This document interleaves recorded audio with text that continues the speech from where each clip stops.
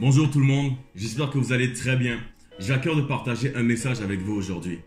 Et ce message a un thème, il s'intitule « Aime ton ennemi et aime également celui qui te fait du mal ».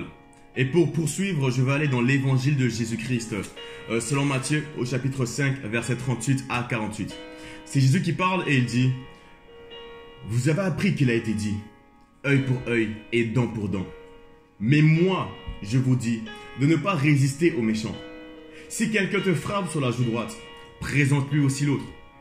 Si quelqu'un veut plaider contre toi et prendre ta tunique, laisse-lui encore ton manteau.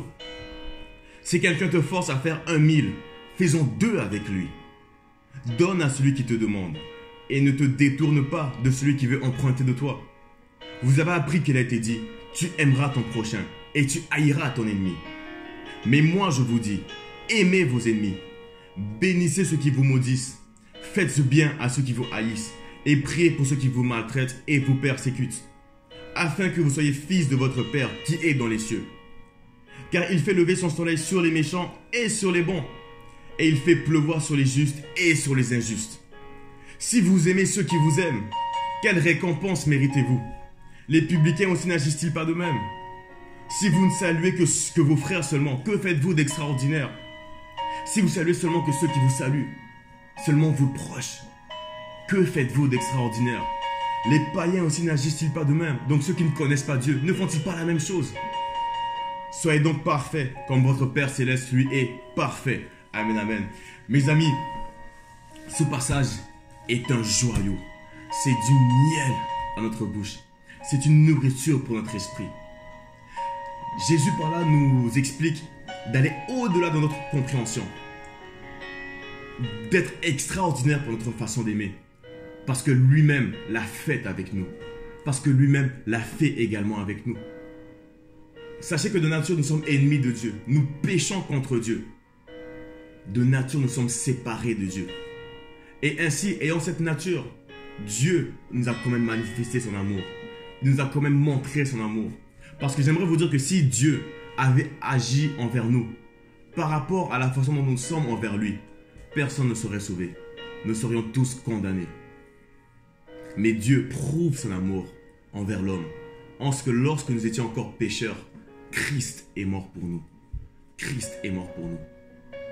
Jésus nous dit également, il nous dira, je vous donne un commandement nouveau. Aimez-vous les uns les autres comme moi je vous ai également aimé.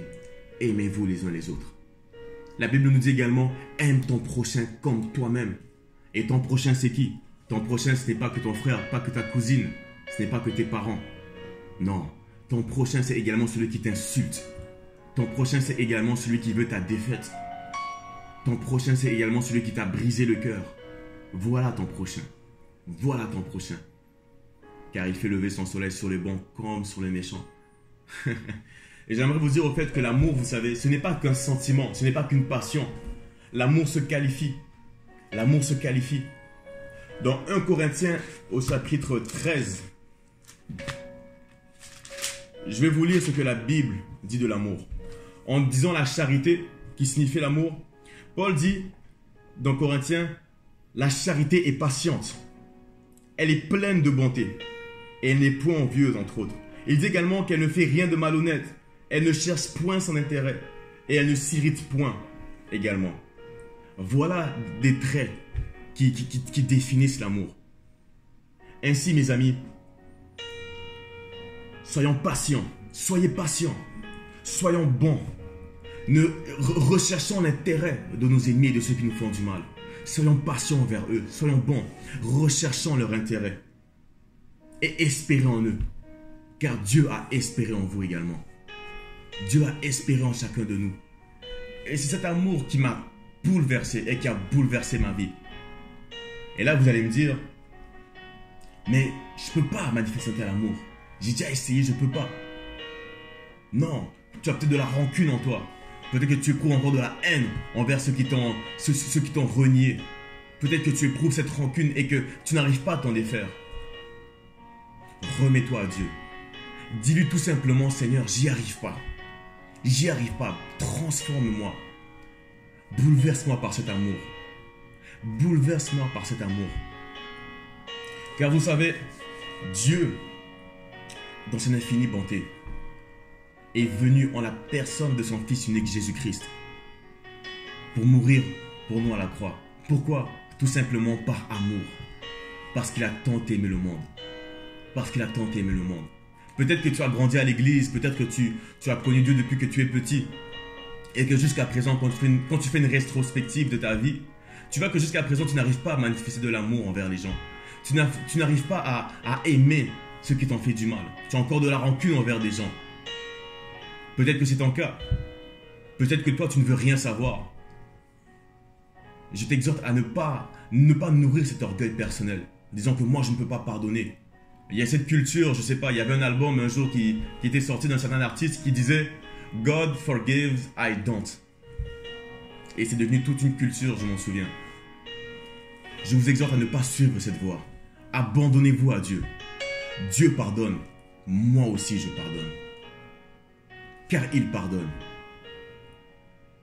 Si c'est ton cas, au fait, et tu aimerais connaître cet amour, un amour qui a bouleversé, qui a transformé ma vie, fais simplement cette prière avec moi. Dis, Seigneur, je reconnais, Seigneur, que j'ai de la haine en moi, que j'ai de la rancune en moi, que j'ai de la difficulté à aimer. Transforme-moi. Je veux connaître cet amour que tu as manifesté envers l'homme. Bouleverse-moi par cet amour.